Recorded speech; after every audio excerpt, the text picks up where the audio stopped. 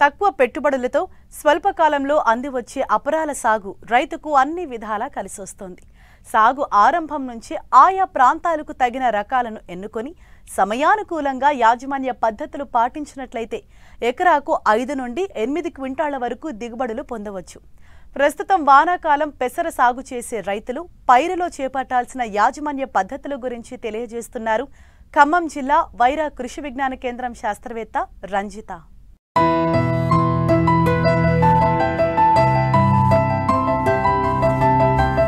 పెసర పంటను వర్షాధారంగా నీటిపారుదల కింద 3 కాలాల్లోనూ రైతులు సాగు చేస్తున్నారు. ప్రస్తుతం స్వల్పకాలపు పంటైన పెసరను సాగు చేయడానికి అత్యంత అనుకూలమైన సమయం. ఉత్తర తెలంగాణ, దక్షిణ తెలంగాణ, తక్కువ వర్షపాత మండలాల్లో జూన్ 15 నుండి జూలై 15 వరకు, కృష్ణా, గోదావరి దక్షిణ మండలం, ఉత్తర కోస్తా మండలాల్లో జూన్ జూలై నెలల్లో పెసరను విత్తుకోవచ్చు. పెసరను అన్ని రకాల భూముల్లో సాగు చేయవచ్చు. కానీ చౌడు నేలలు మరియు మురుగునీరు నిలిచే నేలలు పనికిరావు. ముఖ్యంగా ఖమ్మం జిల్లాలో దాదాపు 22,000 ఎకరాల్లో రైతులు పెసరను సాగు చేస్తూ ఉంటారు. అయితే రకాల ఎంపిక, మొక్కల మధ్య దూరం పాటించినట్లయితే అధిక దిగుబడులను పొందవచ్చని తెలియజేస్తున్నారు ఖమ్మం జిల్లా వైరా కృషి విజ్ఞాన కేంద్రం శాస్త్రవేత్త రంజిత. ఖమ్మం జిల్లాలో చూసుకున్నట్లయితే ఈ వానాకాలం 2021లో కనుక చూసుకున్నట్లయితే 22,000 ఎకరాలలో పెసర సాగు చేసే అవకాశం ఉంది. ఈ పెసర పంట సాగు చేసే ప్రాంతాలు కనుక చూసుకున్నట్లయితే పూర్తి మెట్ట పంటగా సాగు చేసే అవకాశం ఉంది. ఇంకా కొన్ని చోట్ల వరి కన్నా ముందు పచ్చిరొట్టె పైరుగా కానీ లేదా విత్తనానికి కానీ వరి కంటే ముందు సాగు చేయడానికి అవకాశం ఉంది. అయితే పెసర సాగు చేసే నేలలు కనుక చూసుకున్నట్లయితే అన్ని నేలలు పెసర సాగుకి బాగా అనుకూలం. సమయం కనుక చూసుకున్నట్లయితే ఇప్పుడు తొలకరి వర్షాల సమయంలో జూన్ 15 నుంచి మొదలుపెట్టి జూలై 15 వరకు ఈ పంటని విత్తుకోవచ్చు. తేలికపాటి నేలలైతే కనుక కనీసం పైపొర 60 మిల్లీమీటర్ల వరకు వర్షం కురిసిన తర్వాత, అదే బరువాటి నేలలు కనుక చూసుకున్నట్లయితే కనీసం 60 నుంచి 75 మిల్లీమీటర్ల వరకు వర్షం కురిసిన తర్వాత, అంటే నేల మంచి పదును ఉన్న సమయంలో కనుక ఇది విత్తుకున్నట్లయితే నేలలో ఉన్న భూమిలో ఉన్న వేడి తగ్గి విత్తనం మంచి మొలక రావడానికి అవకాశం ఉంటుంది. పెసరలో కనుక రకాలు చూసుకున్నట్లయితే సాధారణంగా పెసరలో మనకి ఖమ్మం జిల్లా మదిర రీసెర్చ్ స్టేషన్ నుంచి రిలీజ్ అయినటువంటి మదిర 295 రకం కానీ, లేదా మదిర 347 రకం కానీ, లేదా 351 కానీ రకాలు ఉన్నాయి. ఇంకా చూసుకున్నట్లయితే వరంగల్ నుంచి రిలీజ్ అయినటువంటి వరంగల్ 37 కానీ, వరంగల్ 42 అంటే యాదాద్రి ఇలాంటి రకాలు కానీ ఏదైనా సాగు చేసుకోవచ్చు. పల్లాకు తెగులు తట్టుకునే రకాలు కనుక సాగు చేసుకున్నట్లయితే తర్వాత అయ్యే ఖర్చు చాలా వరకు తగ్గించుకోవడానికి అవకాశం ఉంటుంది. వరంగల్ 42 అనే రకం పల్లాకు తెగుల్ని బాగా తట్టుకుంటుంది. సాధారణంగా ఏ రకమైనా కానీ 60 నుంచి 60 రోజుల పంటకాలం కలిగి ఉంటుంది. విత్తనాల తర్వాత మనం విత్తనం వేయడం ఎంత ముఖ్యమో ఈ విత్తనానికి విత్తన శుద్ధి చేయడం కూడా అంతే ముఖ్యంగా భావించాలి. విత్తన శుద్ధి కనుక చూసుకున్నట్లయితే పెసరకి ఇమిడాక్లోప్రిడ్ అనే మందుతోటి 1 కిలో విత్తనానికి 5 మిల్లీలీటర్ల చొప్పున కలిపి విత్తన శుద్ధి చేసుకున్న తర్వాత బయో ఫెర్టిలైజర్ అయినటువంటి ట్రైకోడర్మా కానీ లేదా రైజోబియం కానీ దేనితో కానీ విత్తన శుద్ధి చేసుకొని నీడలో ఆరబెట్టి విత్తనాన్ని విత్తుకున్నట్లయితే చాలా వరకు, అంటే మొదట 15 నుంచి 20 రోజుల వరకు వచ్చి చీడపీడల నుంచి చాలా వరకు మనం పంటను కాపాడుకోవడానికి అవకాశం ఉంటుంది. విత్తే పద్ధతి కనుక చూసుకున్నట్లయితే ఇది ఎకరానికి వచ్చేసి వానాకాలంలో కనుక చూసుకున్నట్లయితే ఎకరానికి 6 కిలోల వరకు విత్తనం సరిపోతుంది.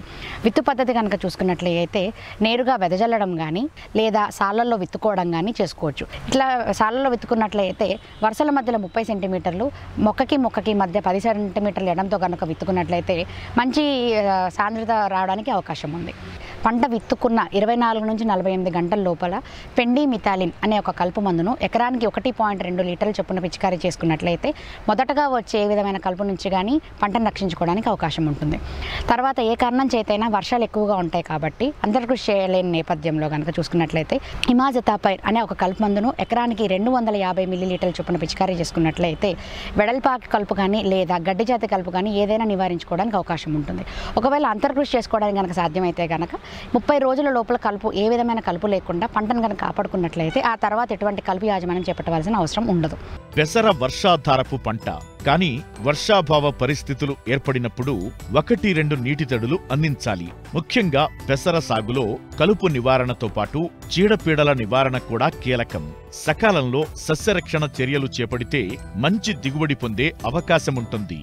చీడపీడలు కనుక చూసుకున్నట్లయితే సాధారణంగా మొదట 10 నుంచి 15 రోజులప్పుడు మనకి విత్తనం మొలకవెత్తిన వెంటనే చిత్తపురుగులు అనేవి ఎక్కువ రావడానికి అవకాశం ఉంటుంది కాబట్టి దీని నివారణకు గాను క్లోరోపైరిఫాస్ అనే ఒక మందు చీడపీడల మందును ఎకరానికి 1 లీటర్కి 2.5 మిల్లీలీటర్ల చొప్పున 200 లీటర్ల నీటిలో కలిపి పిచికారీ చేసుకున్నట్లయితే చాలా వరకు కంట్రోల్ చేయడానికి అవకాశం ఉంటుంది. నీటి యాజమాన్యం కనుక చూసుకున్నట్లయితే సాధారణంగా ఇది వానాకాలంలో పండించే పంట కనుక ఒకవేళ నీరు పెట్టలేని పక్షంలో ఏదైనా బెట్ట పరిస్థితులు కనుక వచ్చినప్పుడు కీలక దశలు కనుక చూసుకున్నట్లయితే సాధారణంగా విత్తిన వెంటనే ఒకసారి, తర్వాత పూత దశలో ఒకసారి, పిందె దశలో ఒకసారి, నీటి కాయలో గింజ నిండేటప్పుడు ఒకసారి ఈ కనుక కీలక దశలుగా గుర్తించుకొని ఇప్పుడు కనుక నీరు పెట్టుకున్నట్లయితే మనకి చాలా వరకు మంచి దిగుబడి తీసుకోవడానికి అవకాశం ఉంటుంది. సాధారణంగా పెసరలో ముఖ్యంగా ఇబ్బంది పెట్టేది పల్లాకు తెగులు తట్టుకునే రకాలు కనుక సాగు చేసినట్లయితే ఒక 5% 1-2 మొక్కలు అక్కడక్కడ చూసుకోవడం మనకి పల్లాకు తెగులు వచ్చిన మొక్కలు కనపడతాయి. అలాంటి నేపథ్యంలో కనుక చూసుకున్నట్లయితే ఆ 1-2 మొక్కల్ని పీకినట్లయితే చాలా వరకు ఇది కంట్రోల్ చేయడానికి అవకాశం ఉంటుంది. ఒకవేళ పల్లాకు తెగులు తట్టుకొని రకాలు కనుక సాగు చేసినట్లయితే మనకి సాధారణంగా పల్లాకు తెగులు అనేది రసం పీల్చే పురుగుల వరకు ఎక్కువ వస్తుంది కాబట్టి రసం పీల్చే పురుగుల్ని కంట్రోల్ చేసుకుంటే చాలా వరకు తగ్గించుకోవడానికి అవకాశం ఉంటుంది. ట్రైజోఫాస్ కానీ, ఎస్టామిప్రైడ్ కానీ, ఇట్లా థయోమిథాక్సామ్ కానీ ఇట్లాంటి ఏ మందులైనా పిచికారీ చేసుకున్నట్లయితే రసం పీల్చే పురుగులు కంట్రోల్ చేసుకోవడానికి అవకాశం ఉంటుంది. ముఖ్యంగా ఇంకొక చీడ కనుక చూసుకున్నట్లయితే పూత పిందె దశలో మారుకా మచ్చల పురుగు అనేది ఎక్కువగా ఆశించడానికి అవకాశం ఉంటుంది. మారుకా మచ్చల పురుగు కనుక చూసుకున్నట్లయితే ఇది కనుక ఆశించినట్లయితే దాని నివారణ కనుక క్లోరాంట్రానిలిప్రోల్ అనే మందును 1 లీటర్ నీటికి 0.6 మిల్లీలీటర్ల చొప్పున కలుపుకొని 200 లీటర్ల నీటిలో కలిపి పిచికారీ చేసుకున్నట్లయితే చాలా వరకు దీన్ని నివారించడానికి అవకాశం ఉంటుంది. పంట కోత నూర్పిడి కనుక చూసుకున్నట్లయితే దాదాపుగా 80% వరకు పంట కాయలన్నీ తయారై లోపల గింజ తయారైంది అని అనుకున్న తర్వాత మనుషులతో కానీ లేదా అంటే మిషన్తో కానీ పంట కోత కోయించుకోవచ్చు. పంట కోత కోసిన తర్వాత ఈ కాయలన్నీ కొంచెం ఎండబెట్టిన తర్వాత సరి అయిన తేమ శాతానికి కొంచెం తేమ తగ్గిన తర్వాతే వాటిని నూర్పిడి చేసుకొని గింజ ఆరబెట్టుకోవడానికైతే మంచి దిగుబడి రావచ్చే అవకాశం ఉంది.